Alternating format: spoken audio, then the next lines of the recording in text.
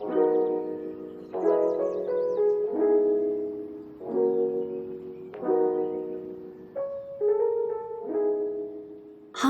I built a trailer home in The Sims 4, and I did this sort of home before when I was playing Rags to Riches Legacy Challenge, but back then I didn't really do something as decorative as this. It was definitely something with just the bones of what I am building here, and I got this idea watching a lot of speed builds on YouTube, so what I did here was just build a two-story room with the same outline as the trailer, delete the bottom floor and bring down the second floor so that it is on level with the debug item, and once you place stairs on it, the Sims have no trouble accessing the build, which is so cool. I also messed around with the roof piece to make a sort of open window look, and I saw a lot of pictures of trailers and A-frame houses on campsites that had that window type where it would open upwards, and you can make it stay open by propping it up with two columns as placeholders. So that's what I did there, and the columns are actually from the toddler stuff pack, just sized up, and I really like how it fit in perfectly at that height. So I was playing around with the color scheme a lot, and this is the one I finally ended up with, and I wanted to go for a sort of hippie slash gypsy aesthetic like a traveler. So a lot of the furnishing in this build is quite eclectic and colourful, which also fit in very nicely with the warmer colour tones and the lighting we have here in Oasis Springs.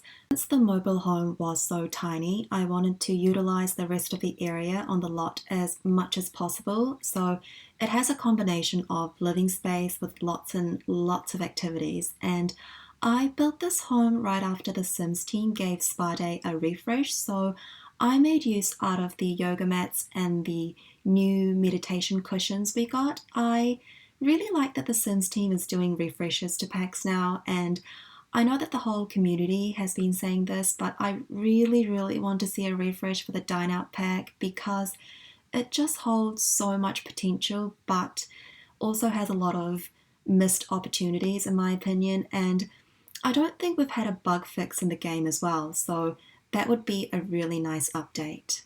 Anyway, the landscaping here is all debug, and I used some fairy lights from the toddler stuff pack to make the outdoor area more lived-in and decorative, and I combined them with the poles from the city living pack, which had these ornate, colourful paintings on it that I really thought added to the eclectic vibe of the build. So you see me fiddling around with that a lot, trying to make it line up and blend it in.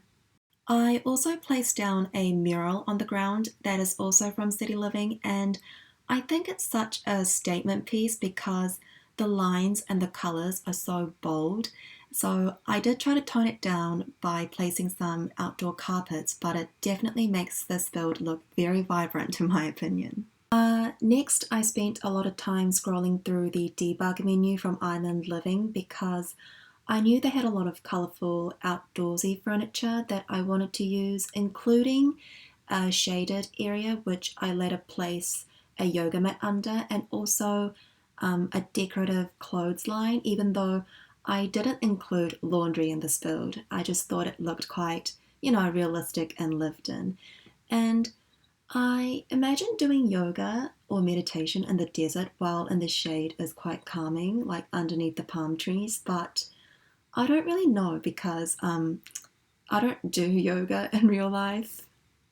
But yeah, as I said, I just wanted to make use of the refresh we got because the yoga mats now come in more shades and different patterns, and I think it's more flattering than what we had before. So yeah, just finishing off the exterior now. I just placed down a grill, some seating area, and planter boxes for your Sims to grow stuff in, along with potted plants that your Sims never have to water, which I think is both, you know, quite beneficial and at the same time it's quite awkward and weird that your Sims never have to water plants. I heard that in Sims 2 or 3, I don't really know, they did have to water the indoor plants, but The Sims 4, it's missing some gameplay than previous versions, and I don't really mind too much, to be honest.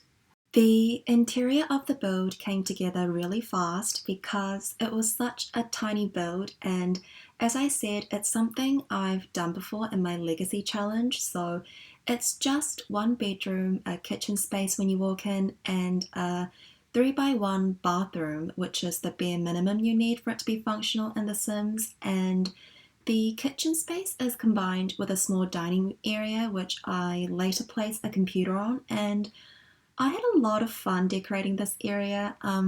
The last time I played in a home like this in Oasis Springs, my sim had the collector aspiration, so she would just go around digging up a lot of collectibles. So the open shelving I placed in this build for clutter items were very reminiscent of that, which I enjoyed.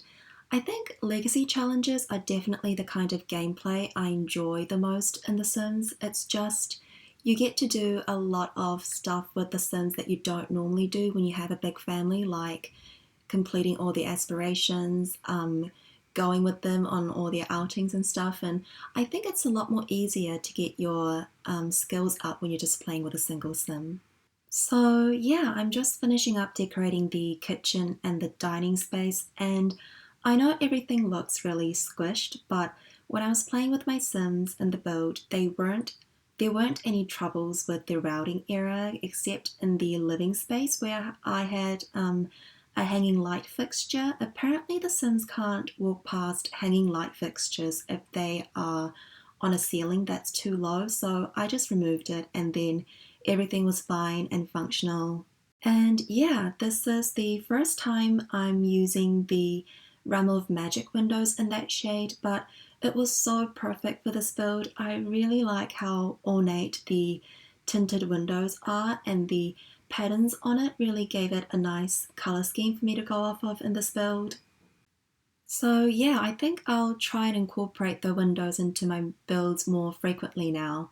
But just moving on into the living space, if you can call it that, I just put in a small love seat and a side table with some books on it. I didn't include a TV in this build because I wanted my Sims to get out and do a lot of the activities in the yard area. And once you put down a TV of any sort in a Sims build, your Sims will always autonomously go watch TV all the time, so I didn't want that. The bathroom, as I said, is pretty simple. It's the bare minimum, and I did play around with the color swatches a little bit from the Jungle Adventure kit, but I ended up just putting the tiles over the open shower area and the rest of it in this plaster color.